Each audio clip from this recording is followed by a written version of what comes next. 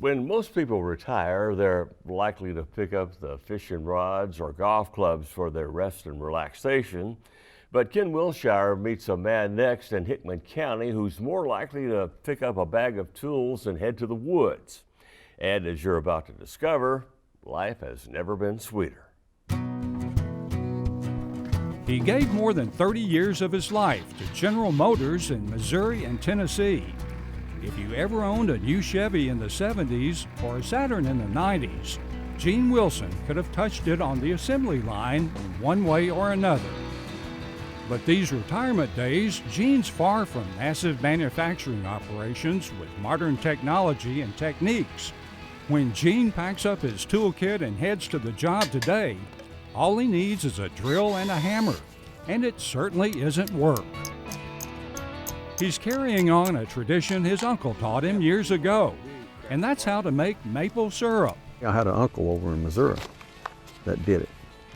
I was kind of surprised. I didn't know he'd do it, but he did. When he quit messing with it, he gave me his 5 or 6 taps that he had, and I thought, well, I'll try it down here. But his uncle never told him that making maple syrup is a northern thing and almost exclusive to the New England states.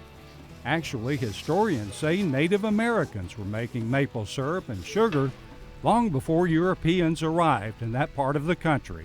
And they would take a hatchet and just chop the tree, and they'd place like a little piece of bark or something in that slot that they put in the tree to work as a tap, and then put a bag or whatever they had to catch the sap on it. And that's what I've been told, that's where it got started at. So Tennessee is about as far south as one can go to find the right trees and weather conditions that support production of quality maple syrup.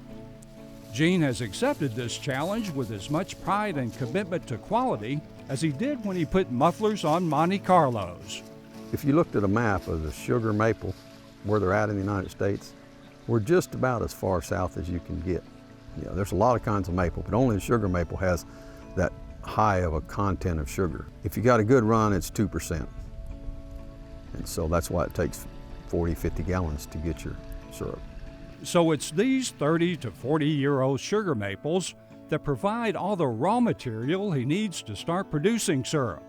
And remember, there's only a 6 to 8 week window of opportunity here in Tennessee to gather all the sap he can.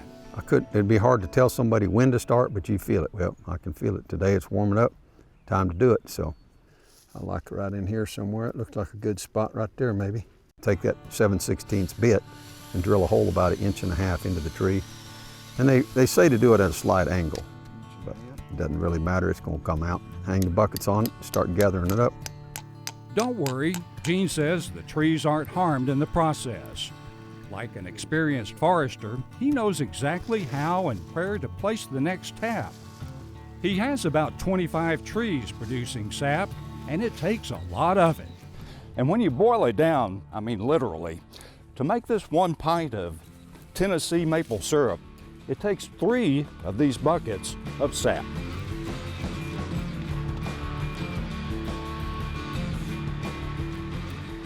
Gene uses a 60-gallon tank full of the watery substance to gravity feed into his evaporator pan. I can evaporate about 10 gallons an hour. Then he fires it up, and the slow cooking process begins. There's a lot of waiting time. And when I get down to I usually have about 6 gallons left, I pull the evaporator pan off so that it won't burn. And then I'll put it into smaller containers, and I got a propane cooker, and I'll cook it on down until I get syrup. I got a hydrometer. It'll tell you when it's up to sugar content. And at that point, you can put it in a jar or grab a biscuit. The labels on the jars say still hollow maple syrup. Gene tells us back in the day, this peaceful hollow nestled deep in Hickman County was the home of one of the area's largest moonshining operations, thus the syrup's unique name. And when all the jars are filled, it's a good sense of accomplishment, A lot of years I'll have 6 gallons worth, Usually I put it in pint jars. You heat it up to 180 degrees and 200 degrees, as long as it's up to a boil. And then pour it off and seal it off, and it cans it. it's a good feeling, you know. You got 6 gallons of it sitting there to give away or to eat on. My wife cooks a lot with it. She'll put it in a lot of things that calls for sugar, and she'll just use that instead. Unfortunately, Still Hollow maple syrup is not in the grocery store. Gene doesn't sell a drop. I've given a lot away to my family and friends. I just give them that. And there's certain people, you know, like I seen a guy the other day and he's like, "What'd you do, take me off the list?" I hadn't got around to his house to give him some. Of course, he was kidding, but there's people that really like it. And they're like, "Bring me some of that." I enjoy doing it, enjoy giving it to people. So Gene's production process is simple. The only new technology is a battery-powered drill, some fancy new plastic bags, his tractor, and a hydrometer. And the competition needs to take heed.